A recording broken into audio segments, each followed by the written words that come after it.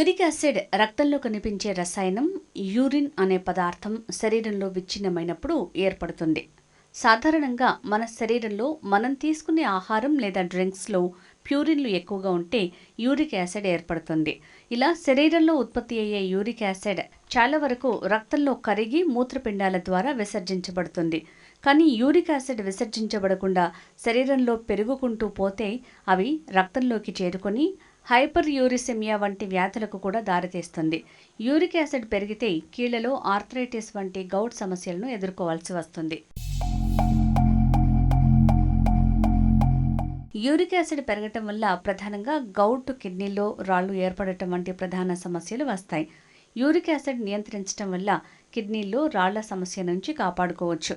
అదేవిధంగా uric acid పెరిగితే కీళ్ల నొప్పులు, పాదాలు, చీల మండలాల్లో తీవ్రమైన నొప్పి రావటం, కీళ్లు, బొట్టన వేళ్లు సహా కాళ్ల వేళ్లు వాపు రావటం, అరికాళ్లు ఎర్రబడటం, దాహం ఎక్కువగా వేయటం, జ్వరం రావటం, మూత్రం పోసినప్పుడు ఇబ్బంది కావటం, మూత్రనాళంలో మంట, నొప్పి రావటం వంటివి ప్రధాన లక్షణాలు. వీటితో పాటు హై బీపీ వంటి సమస్యలు కూడా వస్తాయి.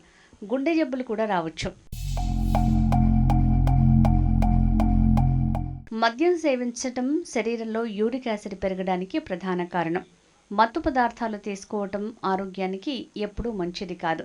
ఎందుకంటే వీటి వల్ల వ్యక్తికి డీహైడ్రేషన్ తలెత్తుతుంది. పరిస్థితి విషమిస్తే యూరిక్ యాసిడ్ ఫిల్టరేషన్ ప్రక్రియలో ఆటంకం ఏర్పడుతుంది. మెటబాలిక్ సిండ్రోమ్ మరో కారణంగా చెప్పొచ్చు. ఈ సమస్య సాధారణంగా అధిక బరువుతో ముడిపడి ఉంటుంది. కిడ్నీల పనితీరు సరిగా లేకపోయినా యూరిక్ యాసిడ్ సమస్య రావచ్చు. తినే ఆహారంలో మాంసం ఎక్కువైతే యూరిక్ యాసిడ్ పెరిగే అవకాశాలున్నాయి. ఆర్గాన్ మాంసం, సముద్రపు చేపలు ఎక్కువగా తింటే యూరిక్ యాసిడ్ పెరగొచ్చు.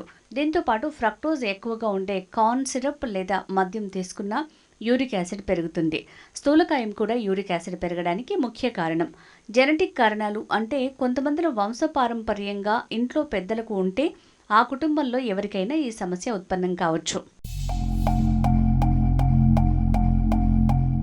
యూరిక్ యాసిడ్ తగ్గాలంటే రోజువారీ లైఫ్ స్టైల్లో మార్పులు చేసుకోవాల్సి ఉంటుంది.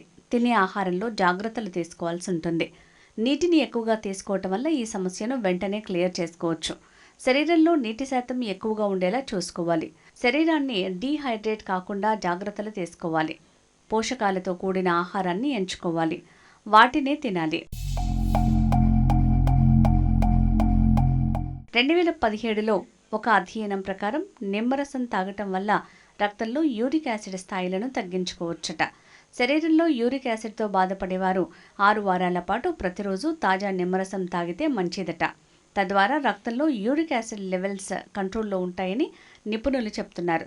రక్తంలో అధిక యూరిక్ యాసిడ్ సమస్యతో బాధపడుతున్న వారు వారి డైట్లో టమాటో చేర్చుకుంటే మంచిది. యూరిక్ యాసిడ్ స్థాయిని తగ్గించడంలో టమాటో సహాయపడుతుంది. టమాటోల్లో విటమిన్ సి పుష్కలంగా ఉంటుంది. ఇది యూరిక్ యాసిడ్ తగ్గించడంలో మెరుగ్గా పనిచేస్తుంది. అల్లం టీ లేదా అల్లంతో తయారు చేసిన ఆహార పదార్థాల వల్ల కూడా నొప్పి, మంట వంటి సమస్యలు తగ్గుతాయి. అంతేకాదు అల్లాన్ని నేరుగా ఉడకబెట్టి ఒక క్లాత్లో చుట్టి నొప్పి ఉన్న చోట పెట్టుకుంటే కూడా మంచి ఉపశమనం లభిస్తుంది. సెలరీలో యాంటీ ఆక్సిడెంట్లు, anti inflammatory, anti bacterial, anti viral లక్షణాలు మెండుగా ఉంటాయి. ఇవి గౌట్ సంబంధిత సమస్యల్ని తగ్గించడంలో, యూరిక్ యాసిడ్ లెవెల్స్ని తగ్గించడంలోనూ మెరుగ్గా పనిచేస్తాయి.